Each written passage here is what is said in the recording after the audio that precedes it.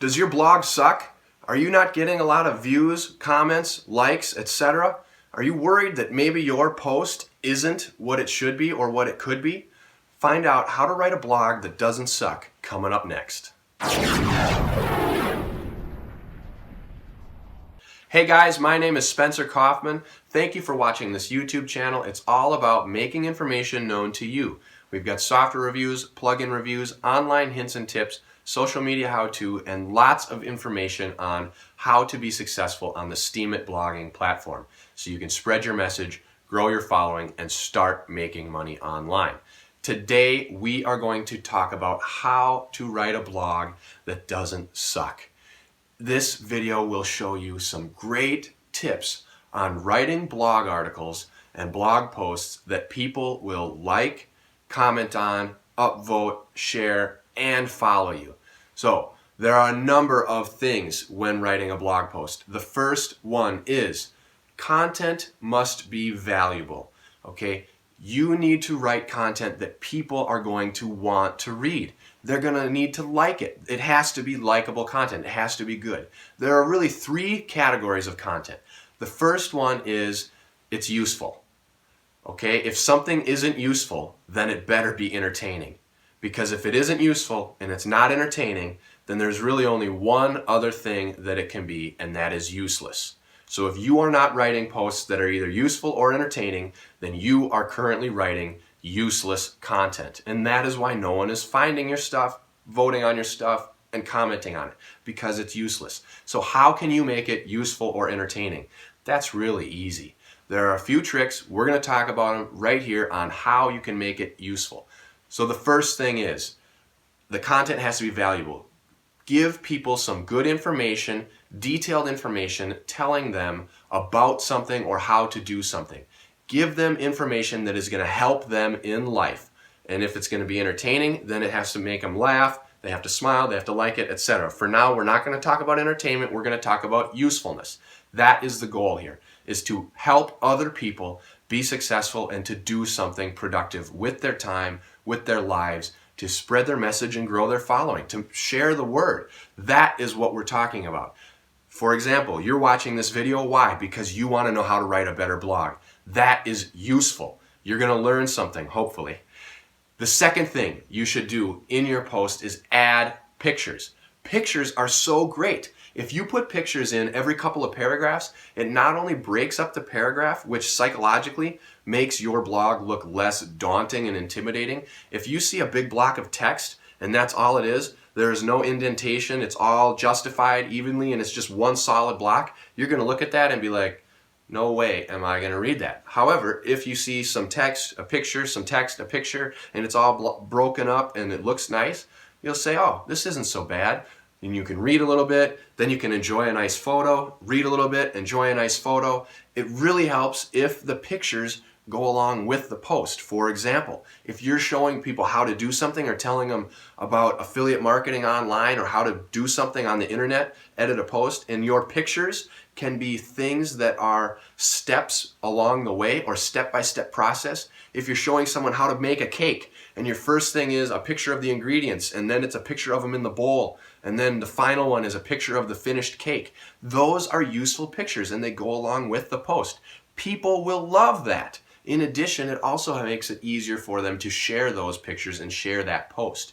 Infographics are another amazing thing to add to your post. Infographics get so many more shares than regular pictures. Why?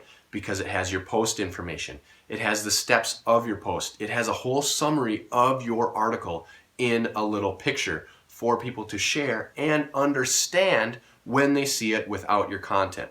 So, write valuable content, add pictures. Number 3, add links to your posts. Add links to other resources that people can click on and gain additional value to and from. If you add a link in there and your post is about, let's say it's baking a cake, maybe you add a link to another post you did on a chocolate cake because this post is about a vanilla cake, or vice versa. Or if you say, hey, if you like baking cakes, check out this pastry baking channel or something like that. Anytime you can link to related content. That's the key. It has to be related. If you're just throwing links in there to add links and they're random, that's not going to help your post. That's going to devalue your post, because when people click on them and they go to something that isn't related, they're not going to be interested in that. So link to related content. Now, how many links should you add? Well, that is up to you. However, there are some statistics out there that say if you put in about 10 links per every 1,000 words, that is a good amount. Sometimes they say 20 links per 1,000 words. I think that's kind of too many, because it seems like there's all kinds of hyperlink text everywhere and it's just overwhelming. People don't know what to click on. So I usually stick for 10 to 15 links per 1,000 words. Now, how long should your posts be? When we talk about valuable content, your post can really be however long you want it to be, but statistics have shown that posts between 1,000 to 2,000 words generally perform the best. A couple years ago, a recent statistic, this was in like 2017, 2016, they said that posts with 2,200 words were significantly higher in search results. 2,200 words. So I would personally recommend that your post be about 1,500 words to 2,000 words. If that's too much, start out at 1,000, gradually build yourself up. But 1,500 words, and in there maybe put about 15 links, you'll be set. No big deal. The next thing is add ways for people to connect with you. So we've got writing valuable content, adding pictures, adding links. Number 4, add ways for people to connect with you. This means putting your social media down in there. Connect with me on Twitter, Facebook, Tumblr, Instagram, wherever you have other profiles, put them in there. If people get that far through your blog post, they're going to want to connect with you. They've already invested 30 minutes or more reading your 1,500 word article, looking at your pictures and enjoying your post. They may have even clicked on some links and looked at those. Now, by the time they get to the end, there's like a little bit of an emotional detach going on. They're like, wait a minute, it's over? What am I going to do now? So if you put in there, connect with me on these places, there's a very good chance they're going to click on it, you're going to gain some followers, and they are going to be happy to connect with you. Now, they'll connect with you even more, they'll read more of your posts, they may even be more likely to share your stuff because they're going to see your content on other networks as well. So now you're in front of them in more than one area. That is very important. Put some connection material in the end of your post. It's called back matter. The next thing is call out to people if possible. So this means if you write a post and it's like, let's say you've been writing blog posts and they haven't really been very good, but now you take all of these methods and incorporate them. Maybe in your first line you'd say, thank you to @Spencer Kaufman for teaching me how to write a better blog post. You would call out to me. Then I would notice that and I would like or follow or share or do whatever to that post.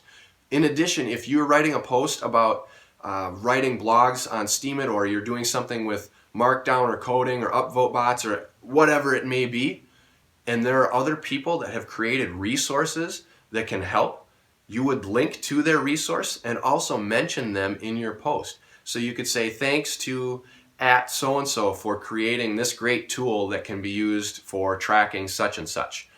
That will be huge because it's not only, it's relevant and it gets another person alerted of your post. They may not see your post, they may see your post, they may not vote on it or comment on it or anything, but it will add some perceived value because it'll look like you have done a lot of research, which you have, and you have linked to other people that are related to that post. Now, don't just spam link to a bunch of people in there for the sake of doing it. Link to people within your text when you're talking about something great they have done. Like maybe you could say, Spencer Kaufman has made a bunch of great YouTube videos that really help people be successful on Steemit. I recommend watching them here. So then you would link to my username @Spencer Kaufman, and you would link to the YouTube videos when you say watch them here. That's 2 links. You've accomplished some extra related content, you've put in some valuable content, and you've called out to me. So you've done a lot of things. You could even put a picture of one of the videos. That would be another thing you've nailed. So when writing a good blog, there were 5 things we covered. The first one is valuable content. Second one, pictures. Third, use other resources, link to other resources. Fourth, add ways to connect with you online. And fifth, if possible, when possible, call out to other people. That is it. Those are the 5 methods of writing a blog that doesn't suck. I want to hear from you in the comments below. If any of this has helped you, if you have any other suggestions, or if there's some other things, maybe there's a 6th one, or maybe there's a 7th one, or maybe you don't agree with one of them, post it in the comments. Also, take the time to read the comments of other people. You guys can learn a lot from each other. You guys can help each other out so much. I'll get on there all the time and respond to your comments, so I definitely want to hear from you. In addition, if this is your first time to this channel, I would love to have you subscribe. It's all about making information known to you so that you can make informed decisions about the tools you need to be successful online. Until next time.